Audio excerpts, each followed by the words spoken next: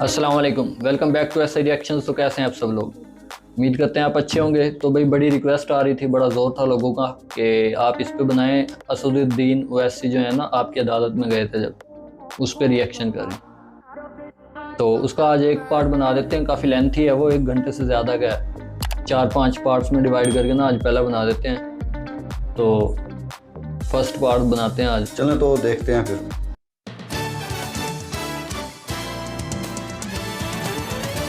अब शुरू होने जा रहा है देश का सबसे बड़ा मुकदमा, आपकी अदालत, रजत शर्मा के साथ।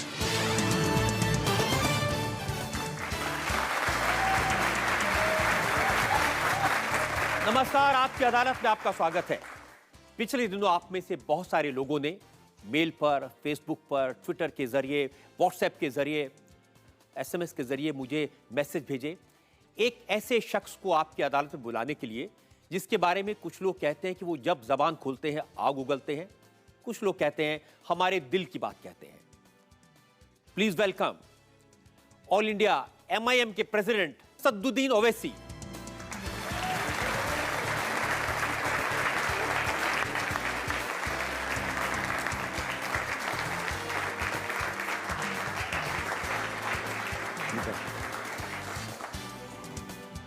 आज के इस शो में हमारे जज हैं भास्कर के national political editor Abhilash Khandekar.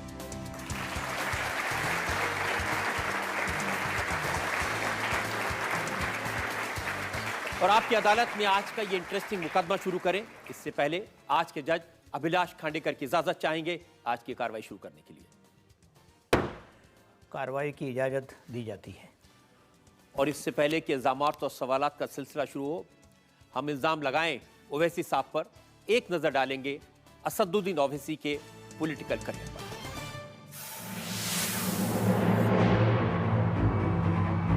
Asaduddin Owaisi all India मजलिस इत्तेहादुल मुसलमीन के प्रेसिडेंट हैं। असदुद्दीन ओवैसी और इनके परिवार का पुराने हैदराबाद इलाके में काफी रसूख है। ये इस इलाके से 3 बार लोकसभा का चुनाव जीत चुके हैं।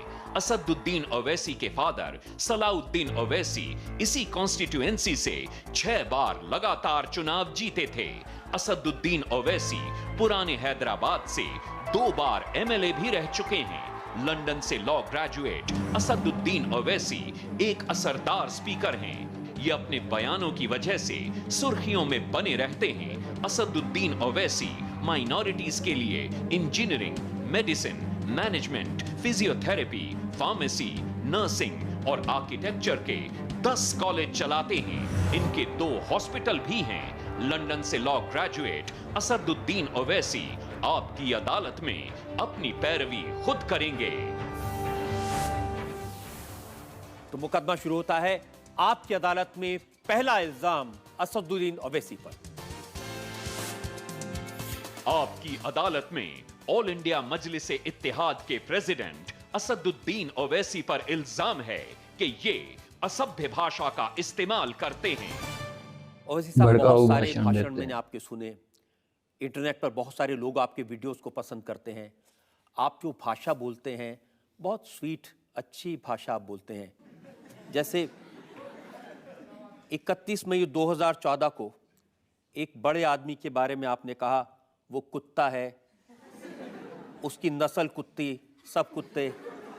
वो जो पब्लिक मीटिंग थी हमारी, उसमें उसके उसी दिन बेंगलुरु में 6 लोगों को पकड़ा गया था, जिसमें से 2 पर गोली मारी गई थी, जो हैदराबाद को आ रहे थे। और उनका टारगेट पुलिस ने बताया कि शायद वो मुझे या हमारे किसी MLA को। तो उस पस मंज़र में वो बात कही गई। मगर ये जो उसको कट एंड पेस्ट जॉब किया गया, एक ज़ेम TV कुछ वेबसाइट है पाकिस्तान का, उसी के ज़रिए मुझे मालूम हुआ। अब ये तो बताइए किसके बारे में कह रहे थे आप?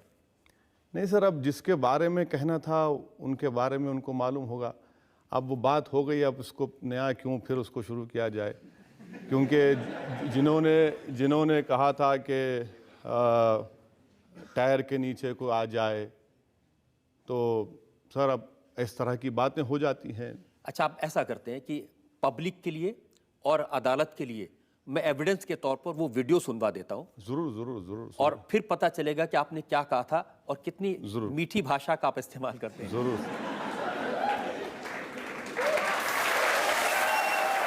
याद रखो नौजवानों, ये कुत्ते हैं, ये कुत्ते हैं, ये कुत्ते के बच्चे हैं। तुम अल्लाह की तरफ पलटो, ये खत्म होंगे इंशाअल्लाह ताला।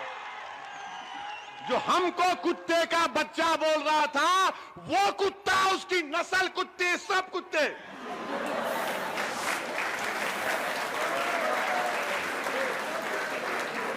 वैसे साहब, हैदराबाद के लोगों को मैं जानता हूं, वो तो बड़ी डिग्निटी से, बड़े स्वीट बोलते हैं। पढ़ाई भी आपकी लंदन में हुई है, ये कहां से सीखा आपने?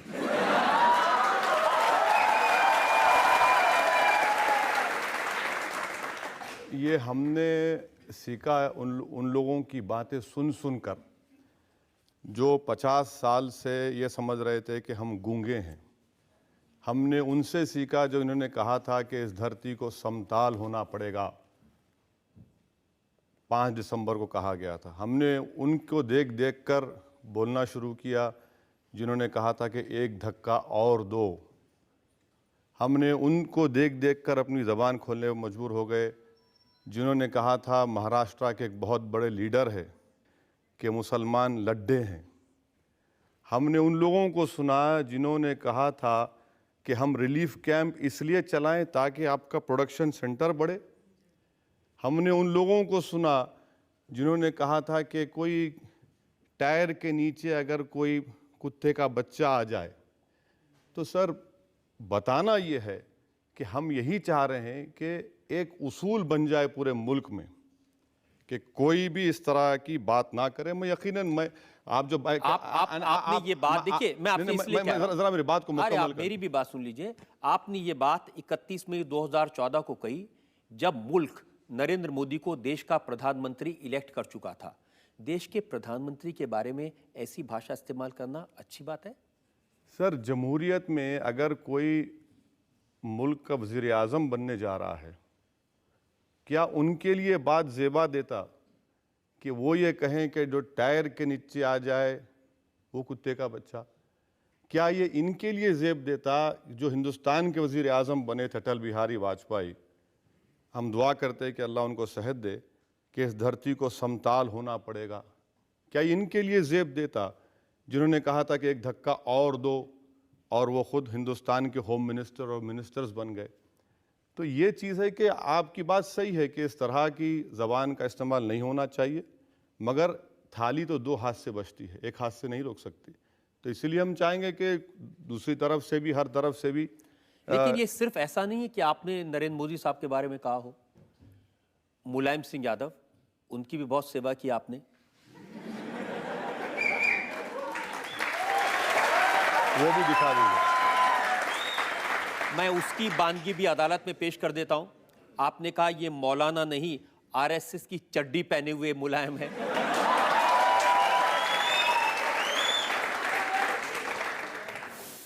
ये मुलायम सिंह ख्वाब देख रहा है, गैर जरूरी अपने आप को मौलाना मुलायम, मौलाना मुलायम।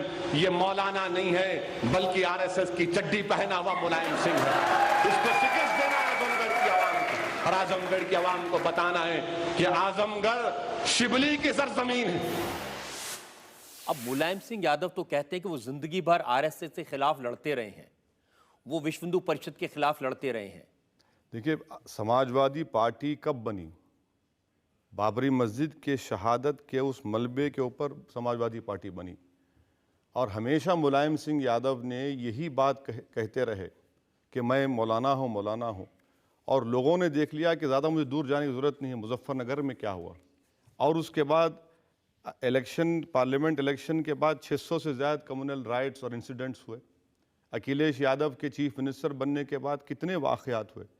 इसके बावजूद भी जो पार्टी अपने आप का बड़ा दावा करती है कि हम मुसलमानों के बहुत बड़े हमदर्द हैं, हर एतबार से वो लोग नाकाम साबित हुए। रिजर्वेशन का वादा किया गया था 16% देंगे, वो ख़त्म हो गया। बच्चों को छोड़ने की बात की गई थी, वो मजाक बन के रह गया। और फिर मुझे आज तक ये बात समझ में नहीं आई कि विश्व हिंदू परिषद के लीडरों के साथ मुलायम सिंह यादव ने वो जो 84 कोसी यात्रा से पहले कहा कि खैर सगाली मुलाकात है, 2 घंटे की मुलाकात। कोई मुगल आजम पिक्चर देख रहे थे क्या मुलायम सिंह? 2 घंटे की मुलाकात और उसके बाद आप देखिए सब तूफान मचता गया। तो ये असली चेहरा है मुलायम सिंह का, और इसको बेनकाब करना मैं समझता हूं कि मेरा फ़र्ज़ है कि लोगों को बताऊं। और आखिरी बात सर, आज़मगढ़ में मुझे 1-1.5 साल से जाने नहीं दिया जाता। मैं पार्लियामेंट में खड़े होकर अपनी बात को बोल सकता हूं, मगर मुलायम सिंह क्योंकि वहाँ के MP हैं, परमिशन देकर हमको कैंसिल कर दिया जाता है। 4 मरतबा हो गया आज़मगढ़ में। आप आग लगा देंगे आजमगढ़ में जाएंगे तो? नहीं सर, अगर मैं आग लगाता हूं, अगर मैं आग लगाता हूं या फिर मुलायम सिंह को मैं नीचे गिराता हूं, ये तो वक्त तय करेगा। अगर मैं जाकर कोई गलती करता हूं, आप मुझ पर फौरन केस बुक करिए। मैं कई मरतबा वहाँ के SP से बात किया, मैंने कहा कि अगर मैं गलत बोलूँगा, आप बोलिए कि रुक जाइए, मैं रुक जाऊँगा। मतलब हम इस मैदान में हैं, इस सियासत में हैं, आप हमको जेल को ले जाइए, केस बुक करिए, हम तैयार हैं। लेकिन आप कहते हैं कि दूसरे ऐसी भाषा बोलते हैं उससे आप सीखते हैं। क्या कभी मुलायम सिंह ने इस तरह की भाषा का इस्तेमाल किया?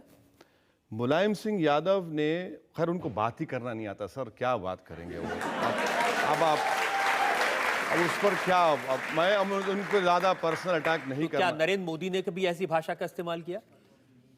सर अगर आपके पास रिकॉर्ड होगा, मैं आपको आउटलुक मैगजीन का हवाला दे रहा हूं। जब 2002 के उस बड़े प्रोग्राम और जेनोसाइड के बाद जब असेंबली के इलेक्शन हुए, तो उस वक्त के चीफ मिनिस्टर गुजरात के अपने तकरीरों में क्या क्या नहीं कहा। जेम्स लिंगडो, अहमद भाई पटेल, मियां मुशर्रफ, क्या हम ये कैंप्स चलाएंगे इसलिए कि यहाँ पर प्रोडक्शन सेंटर हो जाए आपका? सर आप भूल चुके होंगे, मैं तो नहीं भूला। नहीं, मैं बिल्कुल नहीं भूला और मेरे पास पूरा रिकॉर्ड है। और जब वो आपकी अदालत में आए तो हमने उनसे पूछा था और उन्होंने कहा कि मुझे माफ़ी मत दो, अगर मैंने गलती की है तो मुझे फांसी पर लटका दो। उन्होंने कहा 125 करोड़ देशवासी मेरे भाई हैं, चाहे नोच डालो, भेदभाव नहीं करूंगा। लेकिन आप कुत्ता ऐसी भाषा का इस्तेमाल करते। कैसा लगा भाई इसका जवाब? फिर जवाब तो अच्छे देता है हमेशा से ही, 3-4 वीडियोस तो हम इसके देख चुके हैं। जवाब तो भाई ये ठोक के देता है। तो इसके अलावा इसमें जो इश्यूज वगैरह बताए हैं ना, इसमें वो एक प्रोडक्शन वाला, मेरे ख्याल में वो हेल्थ कैंप या कोई कैंप वगैरह लगते हैं ना, वो उन्होंने कहा होगा हम क्यों लगाएं, ताकि तुम जैसे 4-4 शादियां करके बच्चे पैदा करते हो ताकि अपनी प्रोडक्शन बढ़ाओ। ऐसे कोई और भी काफ़ी बातें करी, कुत्ता टायर के नीचे आ जाए वो कुत्ता। वो इसलिए किया मेरे ख्याल में, वो किसी ने, कोई मुसलमान मरा होगा तो उसने कहा कि कुत्ते का बच्चा आया, फिर इसने उसे कहा कुत्ता या कुत्ते का बच्चा, जो भी कहा। हाँ, वो इसलिए वो कह रहा मैंने जवाब दिए। ये तो 2003 में कहा था ना, बहुत पहले कहा था। तो ये तो सीन इनका वैसे भी पॉलिटिक्स में तो चलता है, बयानबाजी ना तो हमेशा से होती है। वो अपोजिशन वाले करेंगे हुकूमत पे, वही पॉइंट जो सेम होंगे। जब अपोजिशन वाले हुकूमत में जाएंगे, हुकूमत अपोजिशन में जाएगी, वही सेम पॉइंट वही मारेगी। महंगाई हो रही, बेरोजगारी बढ़ रही, गुर्बत बढ़ गई, वही जैसे हम यहाँ भी देखा है। यही जो हमारी PDM हुकूमत है, ये इमरान खान के पीछे पड़ी हुई थी कि इसने तो भाई हमारा ना हमारी हुकूमत को इसने गिरवाया बाजवा से कह के। उसके अलावा कितनी महंगाई कर दी इसने, कितनी महंगाई कर दी, वो खुद आए हैं तो देख लो। अब वो कह रहे हैं महंगाई कर दी PTI वाले। तो ऐसा सीन मतलब ये चलता है। अगर ये इशू नहीं है कि इसने उसको बोल दिया, उसने इसको बोल दिया, वो तो आगे अभी मेन इशू है ना, उनका पता चलेगा जब वीडियो पूरी देखेंगे ना उस वक्त। बाकी जो जुबान की बात रही, उस पर आप क्या कहते हैं? मेरे ख्याल में ये नॉर्मल है। वैसे गालियों से परहेज करना चाहिए, अदरवाइज कुछ भी नहीं। हमारे तो यहाँ लड़ भी पड़ते हैं भाई। तो आप बताओ इसका क्या हिसाब? ये मेरा तो यही है कि अगर कोई बंदा एक किसी को कहेगा ना, गाली देगा, कुत्ता कहेगा, तो जाहिर सी बात है वो उसके खानदान को भी उसके अंदर शामिल करके सबको ही भाई वो गाली देगा। तो इस वजह से पहले किसी को भी ना पहले करनी चाहिए, ना किसी को बाद में देनी चाहिए। और ये तो भाई होगा, क्योंकि अगर आप ऐसा कहोगे ना कि सिर्फ एक साइड, ये पहले अवैसी साहब भी अक्सर पहले बोल देते होंगे। जैसे अब इन्होंने अटैक किया है उस पर, वो दूसरा क्या नाम था उसका, मुलायम सिंह यादव। हाँ, मुलायम सिंह यादव। जैसे इन्होंने अब पहला अटैक तो अब इनका हो गया ना, अब वो इसका जवाब जरूर देगा, अब कोई तकरीर करेगा ना कि मुझे कहा था बोलना नहीं आता, ये तुझे मैं बोल के दिखाता हूँ अब। तो ये अब वो इसका ना जवाब लिख रहा होगा बैठा, वो कहेगा मैंने अब जवाब देना। ऐसे तो दोनों तरफ से पहले बाद में जवाब होते रहते हैं, सवाल जवाब, ये कोई मसला नहीं। ये वीडियो 8 साल पहले की है, लेकिन मैं एक तरफ से ना इन भाइयों का, वैसे ब्रदर्स का फ़ैन हूँ कि ये जो यूनिवर्सिटीज़ या वो कॉलेजेस बता रहे वो थे तो ना, बहुत अच्छा काम किया। वो कैसा भाई, इन जैसे पॉलिटिशियन होने चाहिए पाकिस्तान में जो खुद से कर रहे हैं। वो एक भाई ने बताया था कि ये गवर्नमेंट के फंड से नहीं करते, ये खुद चला रहे हैं जो प्राइवेट हैं। क्या बात। इतने मेडिकल कॉलेजेस, उसके बाद नर्सिंग कॉलेजेस, पता नहीं क्या क्या बता रहे थे वो। हमारे तो यहाँ पर एक ही मिसाल मिलती है, इमरान खान। हाँ वही, इमरान खान है, वो पहले इस फील्ड में आए, उन्होंने बहुत सारी ऑर्गेनाइजेशंस बनाई जो आवाम के लिए फ्री में काम करती है। और जो ये बनाया रिसेंटली भी उसने हॉस्पिटल्स वगैरह बनवा रहे हैं, वो यूनिवर्सिटीज बनाई हैं। तो ये ऐसे पॉलिटिशियंस होने चाहिए। हाँ सिंपल सी बात है यार, जो बंदा जेब से लगाता है ना, वो उस बंदे को कोई लालच नहीं है, वो बंदा बिल्कुल ईमानदार ऐसे। है। हाँ ये वो सीधी सी बात है। जो दिल से काम करने आते हैं पॉलिटिक्स में, वो पॉलिटिशियन होते ही नहीं, उनका ज़हन ही नहीं होता उनका। अब देख लें, इमरान खान ने अपने मरने के बाद जो भी सारी जायदाद है वो सारी शौकत खानम के नाम लगा रखी है। जैसे मरेगा इसकी सारी जायदाद, मतलब घर ही है और तो कुछ भी नहीं इसके पास। तो ऐसे ही अवैसी ब्रदर्स हैं। अवैसी ब्रदर्स की मिसाल भी ना इमरान खान से, दोनों का जो मिशन है अवाम की खिदमत करना, वो एक ही है। तो ये बहुत अच्छी, पॉलिटिक्स से हटकर देखा जाए ना तो ये इंसानियत बहुत है इनके अंदर। बिल्कुल। चलें, ये थी आज की वीडियो। इस वीडियो पे अपना रिस्पांस दें। आप लोग हमें कमेंट सेक्शन में बताइए कि अगर आप लोग कहते हैं कि हम थोड़ी सी लेंथी बना लें वीडियो, तो ज़्यादा देख लेंगे, उसके पार्ट कम हो जाएंगे। अगर इसी रूटीन से चलना चाहते हैं तो ये भी ठीक है। तो मिलते हैं नेक्स्ट वीडियो में, इस पे अपना रिस्पांस दें, चैनल को सब्सक्राइब कर दें और मिलते हैं नेक्स्ट वीडियो में। तब तक के लिए अल्लाह हाफिज़।